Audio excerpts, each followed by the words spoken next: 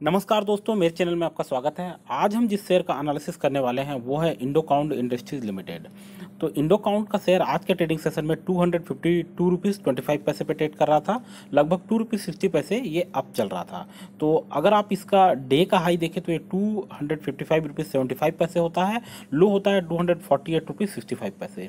52 week का high इसका 315 rupees है दोस्तों, और लो है 113 रुपीज़। लगभग 3,74,647 वॉल्यूम के शेयरों में आज के ट्रेडिंग सेशन में खरीदी बिक्री देखी गई। तो दोस्तों ये छोटा शेयर है, बावजूद इसके लाखों की वॉल्यूम में इसमें खरीदी बिक्री देखी जा रही है। अगर फंडामेंटल्स पर नजर डालें तो जबरदस्त फंडामेंटल है। मार्केट कैप 4,928 करोड़ का है। पी रेशियो बहुत अच्छा है 19.66। इंडस्ट्रियल पी रेशियो 42.55 है। आरओआई रेट 22.08% का है। आरओआई रेट बहुत अच्छा है। अर्निंग पर शेयर 17.90 है, ये भी काफ़ी अच्छा है। डिविडेंड यील्ड 0.60% का है। इस साल भी कंपनी ने 1 रुपीज़ 50 पैसे का डिविडेंड घोषित किया हुआ है। तो अगर आप इसको लंबे समय के लिए रखते हैं तो आपको लगातार ये कंपनी डिविडेंड देती रहेगी। बुक वैल्यू शेयर का 73.23 है। फाइनेंशियल्स पर नजर डालें तो जो चार्ट है वो कमोबेश समान दिखता है। सितंबर 2020 में कंपनी का रेवेन्यू था 714 करोड़ का, दिसंबर 20 में 783 करोड़, मार्च 2021 में 691 करोड़, जून 2021 में 714 करोड़ और सितंबर 2021 में 738 करोड़ का कंपनी का रेवेन्यू था। प्रॉफिट पे नज़र डालें तो इसमें घटत बढ़त दोनों देखने को मिलती है। सितंबर 20 में कंपनी का शुद्ध लाभ था 81 करोड़ का, दिसंबर 20 में बढ़ के 92 करोड़ तक पहुंचा, मार्च 2021 में ये गिर के 57 करोड़ तक सीमित रह गया। हालांकि जून 2021 में कंपनी ने फिर से ज़्यादा लाभ लिया और लाभ था 117 करोड़ का। सितंबर 2021 में हल्की गिरावट दर्ज हुई और शुद्ध लाभ था 84.87 करोड़ का। नेटवर्थ की बात करें तो इसमें बढ़ोतरी देखने को मिलती है एक साल के कंपैरिजन में। सितंबर 2020 में कंपनी का नेटवर्थ था 1121 करोड़ का, जो कि एक साल बाद सितंबर 2021 में बढ़कर 1445 करोड़ तक पहुंच गया।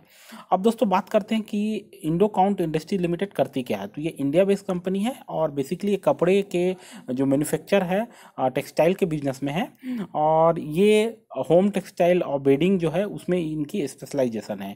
ये मैन्युफैक्चर करती है bedding, quilts, pillow, sleeping bag, और ये कॉटन के फाइबर और ब्लेंडेड कॉटन उसका भी ये निर्माण करती है। तो इनके जो प्रोडक्ट्स हैं वो बेसिकली बेडशीट है, फैशन बेडिंग है, यूटिलिटी बेडिंग है, इंस्टीट्यूशनल बेडिंग है, इत्यादि इत्यादि। तो ये जो इनके प्रोडक्ट्स हैं ये अपने रिटेलर्स के द्वारा जो ऑनलाइन प्लेटफॉर्म्स है उनके द्वारा ये बेचते हैं, और इसके अलावा इनकी अपनी शॉप्स भी है जिसके द्वारा भी ये बेचते हैं। ये यूके और कनाडा में भी ये अपना सामान जो है भेजते हैं। इनकी जो फैक्ट्री है, मैन्युफैक्चरिंग फैक्ट्री, वो कोल्हापुर महाराष्ट्र में है। इसकी स्थापना 1988 में हुई थी, और अगर इसके शेयर होल्डिंग पैटर्न पे हम नज़र डालें तो प्रमोटर्स के पास 58.94% शेयर है, रिटेल और अदर्स के पास 31.25% शेयर है, फॉरेन इंस्टीट्यूशंस की जो भागीदारी 9.76% की है, म्यूचुअल फंड में 0.04% का जो है भागीदारी है, और DII ने 0.01% का निवेश किया हुआ है। तो जो इम्पोर्टेंट थिंग जो हमको देखनी है वो ये है कि फॉरेन इंस्टीट्यूशंस ने 9.76% का इसमें निवेश किया गया है। तो ये जो निवेश है FII का वो बताता है कि इनको कितना इसमें जो है इस शेयर पे भरोसा है। तो दोस्तों अब सवाल उठता है इस शेयर में आगे क्या करना चाहिए। तो देखिए अभी ये 252 रुपीज़ पे ट्रेड कर रहा है, 226 रुपीज़ पे इसको बहुत अच्छा सपोर्ट है, और 226 तक ये थोड़ा बहुत ऊपर नीचे हो सकता है, लेकिन अभी इसके नीचे जाने के चांसेस नहीं है। अगर थोड़ा सा जैसे ये ओमिक्रॉन का खतरा आ गया है और थोड़ा बहुत ऊपर नीचे हो रहा है मार्केट, 226 तक जा सकता है, उसके नीचे नहीं जाएगा। एक जो ताज़ा खबर मैं देना चाहूँगा दोस्तों, जो फेमस ब्रोकिंग कंपनी है एडिलविस, तो एडिलविस ब्रोकिंग लिमिटेड ने इसका जो टारगेट दिया है वो 425 रुपीज़ का दिया है। उन्होंने इसे बाय करने की सलाह दी है और कहा है कि 425 रुपीज़ तक ये जा सकता है। और उन्होंने किस बेस पे कहा है, क्योंकि इन्होंने लगभग 20% अपनी जो मैन्युफैक्चरिंग कैपेबिलिटी है वो बढ़ाई है।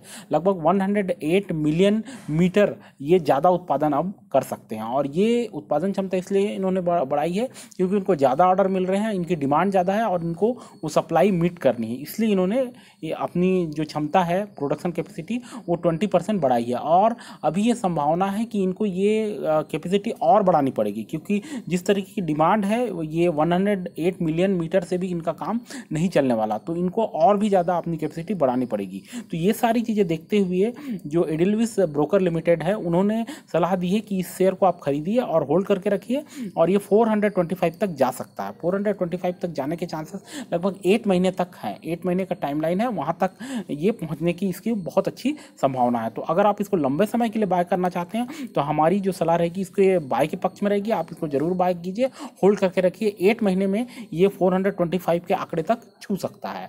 और इसका अगर हम बेटा रेशियो देखें तो 1.9 का बेटा रेशियो है दोस्तों, बहुत ज़बरदस्त बेटा रेशियो है। और ये बेटा रेशियो जो है ये बताता है कि ये ज़बरदस्त मोमेंटम ये शेयर लेने की क्षमता रखती है। अगर इसका 52 वीक का हाई देखें तो 315 जो है इसका 52 वीक का हाई है, और जिस तरीके का कयास लगाए जा रहे हैं तो बहुत उछाल जो है इसमें इस शेयर में आने की संभावना है। और अभी जिस तरीके से 108 मिलियन मीटर का इन्होंने अपना उत्पादन क्षमता बढ़ाया है और कैपेसिटी बढ़ा रहे हैं, तो संभावना है कि प्रमोटर्स भी अपनी जो होल्डिंग है वो बढ़ा सकते हैं। तो इन सब चीज़ों के कारण इसका जो शेयर है वो अभी भविष्य में उछल सकता है। तो इन सब चीज़ों को ध्यान में देते हुए आप इसको जरूर बाय कीजिए, होल्ड करके रखिए। 8 महीने में लगभग 8 से 9 महीने में इसके 425 तक पहुंचने की संभावना है। तो इसी तरीके से मेरा चैनल देखते रहें दोस्तों, पसंद आए तो सब्सक्राइब करना ना भूलें। थैंक यू, धन्यवाद।